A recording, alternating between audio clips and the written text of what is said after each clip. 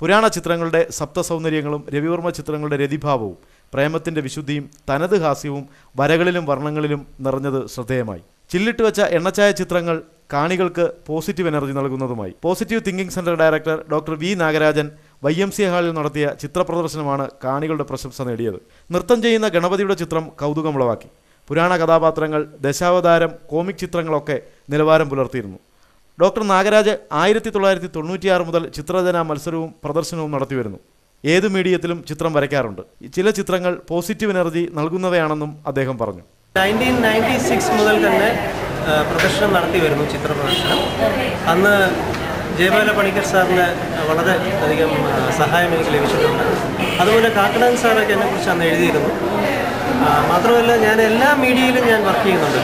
Acrylic, oil pastels, water colour തുടങ്ങിയ എല്ലാ മാധ്യമ മീഡിയത്തിൽ ഞാൻ വർക്ക് ചെയ്തിട്ടുള്ള ചിത്രങ്ങളുണ്ട്. പ്രത്യേകിച്ചും എല്ലാ സ്റ്റൈൽ ഓഫ് ആർട്സിലും ഞാൻ ചെയ്യുന്നുണ്ട്. എല്ലാ സ്റ്റൈലും ഞാൻ വർക്ക് ചെയ്യുന്നുണ്ട്.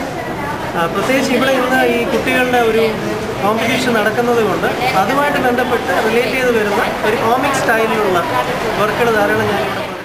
ന്യൂസ് ബ്യൂറോ, കൊല്ലം.